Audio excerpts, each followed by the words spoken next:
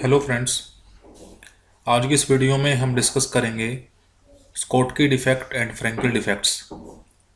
इससे पिछली वीडियो में हमने डिस्कस किया था vacancy defect and interstitial defect, जो कि नॉन आयनिक सॉलिड्स में पाए जाते हैं, एग्जिस्ट करते हैं।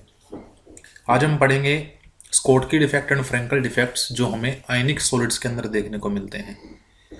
सबसे पहला पॉइंट यही बना सकते हैं कि These defects are found in ionic solids. ये डिफेक्ट आयनिक सॉलिड्स में पाए जाते हैं। Are found in ionic solids, जितने भी आयनिक सॉलिड होंगे उनके अंदर हमें स्कोटकी डिफेक्ट और फ्रेंकल डिफेक्ट देखने को मिलेंगे। तो सबसे पहले हम हेडिंग डालते हैं स्कोटकी डिफेक्ट के बारे में। स्कोटकी डिफेक्ट क्या है? तो Schottky defect is that defect. Schottky defect is that defect, यह वह डिफेक्ट है in which equal number of cation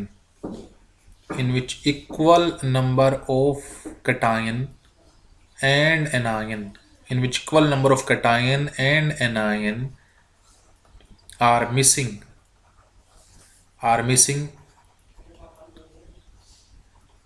in a solid or in a crystal। अगर किसी क्रिस्टल में equal number of cation and equal number of anion missing हो, अगर किसी solid में इक्वल नंबर में कैटायन और एनायन अपनी साइड से वैकेंट हो, अपनी साइड से मिसिंग हो, तो ये डिफेक्ट अराइज होता है, जिसको हम बोलते हैं स्कोटकी डिफेक्ट।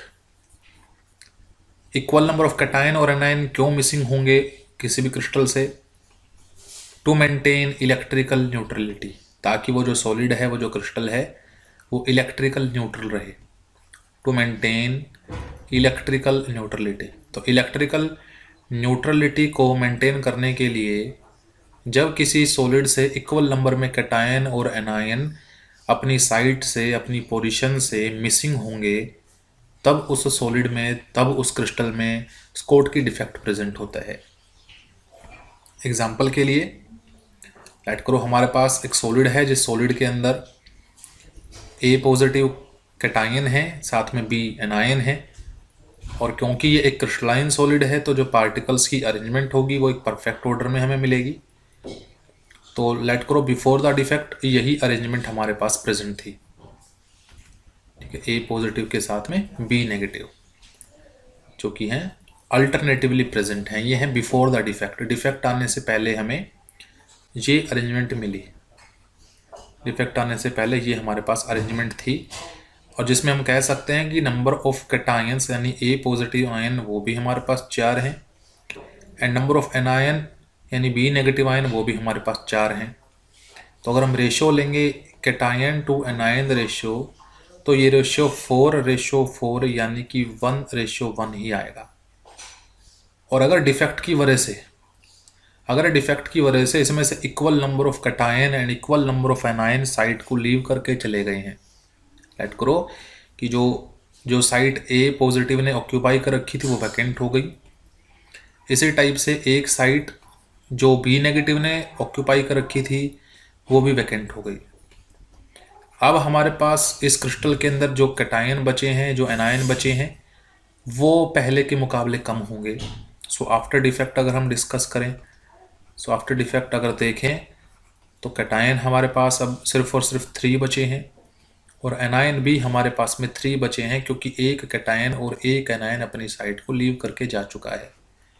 यहाँ से अगर हम रेशियो लेंगे तो रेशियो फिर से हमें 3:3 यानी कि 1:1 ही मिलेगा।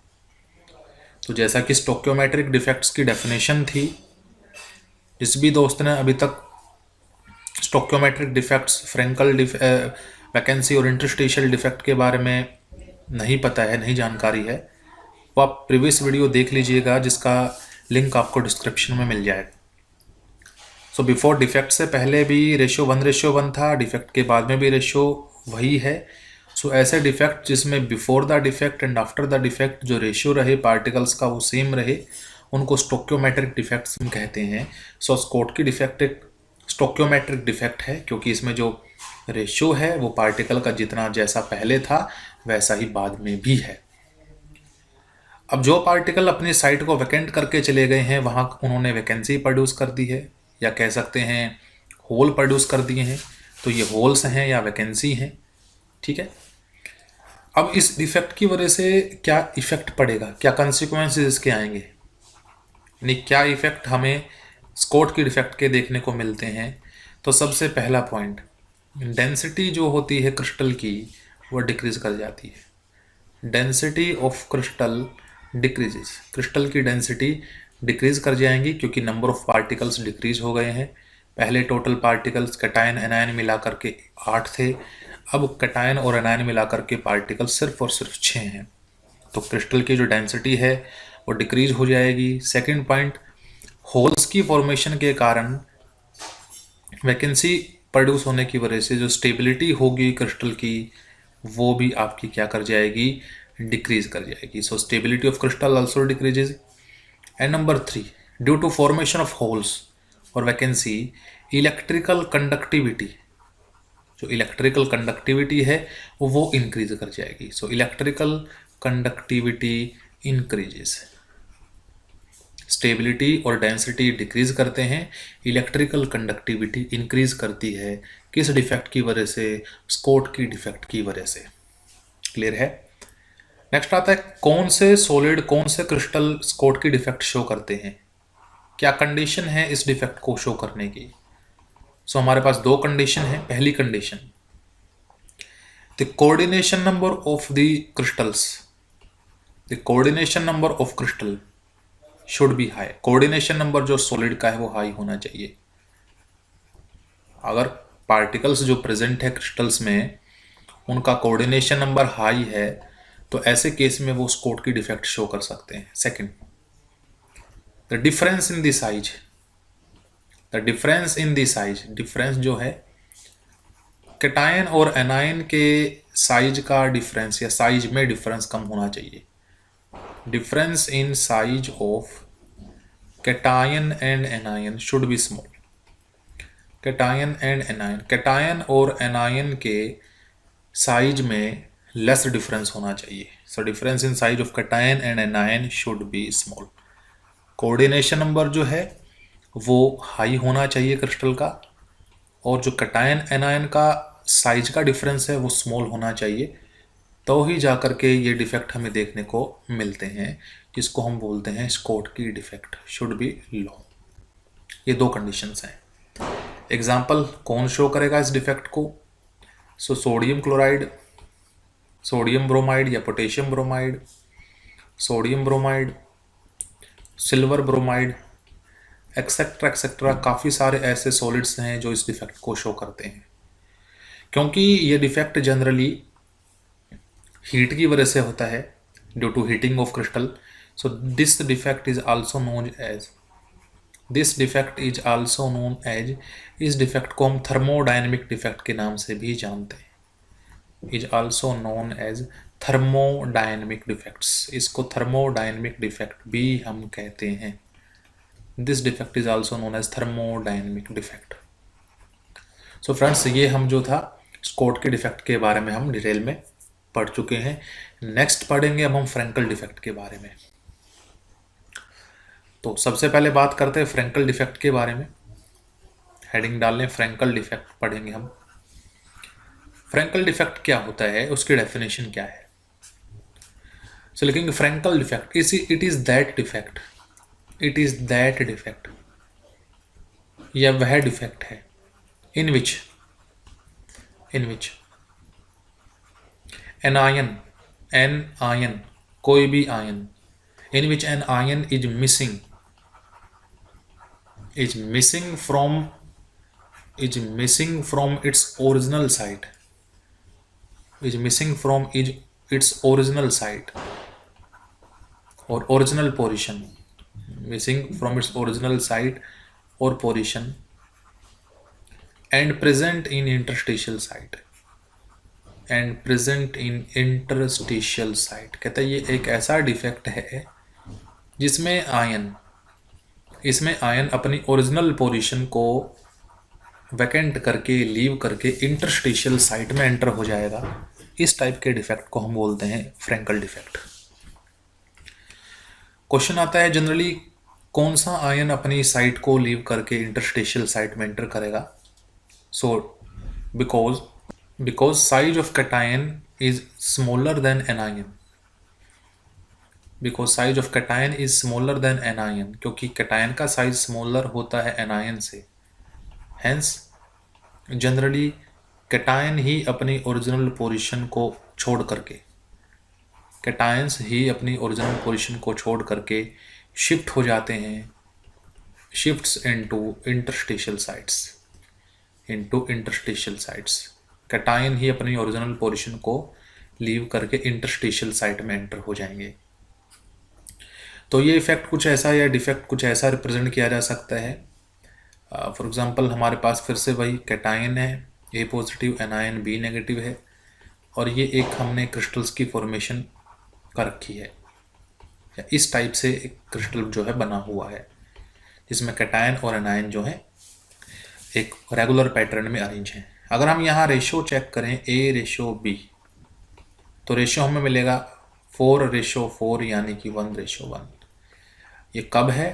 ये तब है जब हमने डिफेक्ट से पहले की बात करी है।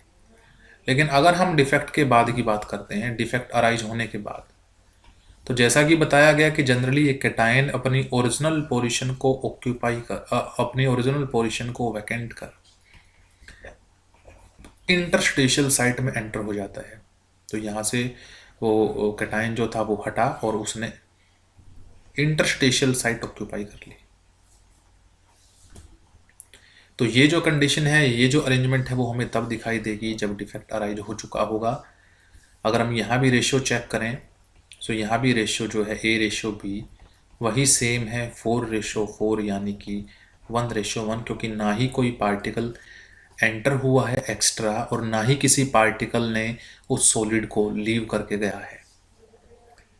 बस वो अपनी ओरिजिनल साइट से इंटरस्टिशियल साइट में चला गया है। तो ये जो डिफेक्ट है ये कुछ आपके इंटरस्टिशियल डिफेक्ट के जैसा ही है, लेकिन इसमें एक डिफरेंस ये है कि इंटरस्टिशियल डिफेक्ट में जनरली डेंसिटी डिक्रीज कर जाती थी, जनरली डेंसिटी इंक्रीज कर जाती थी, लेकिन फ्रैंकल डिफेक्ट के अंदर डेंसिटी में कोई चेंज नहीं आता है, क्योंकि जितने पार्टिकल इनिशियली उसमें प्रेजेंट थे अभी भी उतने ही पार्टिकल प्रेजेंट हैं।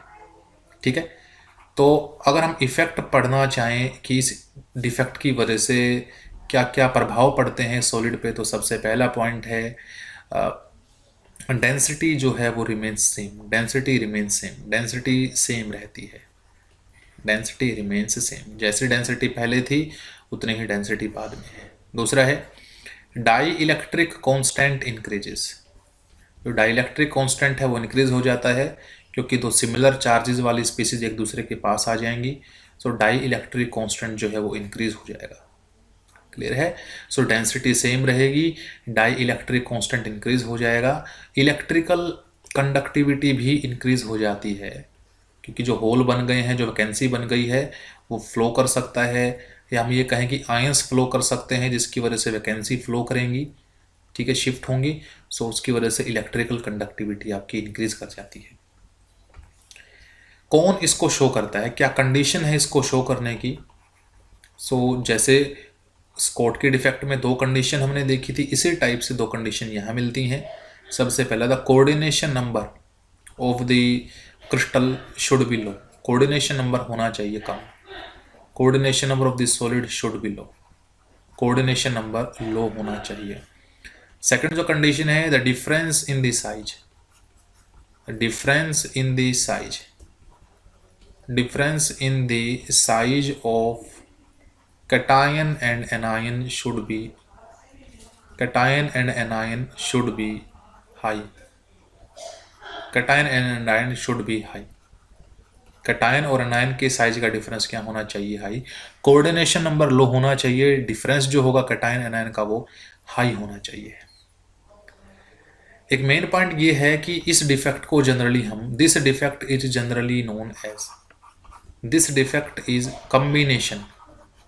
This defect is combination. ये जो डिफेक्ट है ये कॉम्बिनेशन है किस किस का? Vacancy defect and interstitial defect is combination of vacancy and interstitial defect.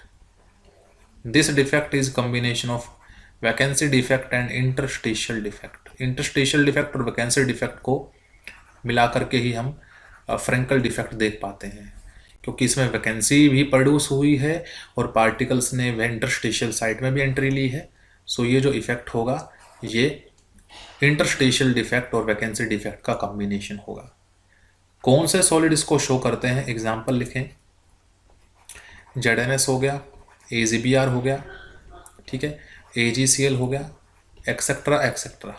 जिनमें कैटायन और एनायन के साइज का डिफरेंस लार्ज होगा वही इस डिफेक्ट को शो करते हैं. Thank you friends. अगर आपको वीडियो अच्छी लगे तो लाइक शेयर सब्सक्राइब कीजिएगा.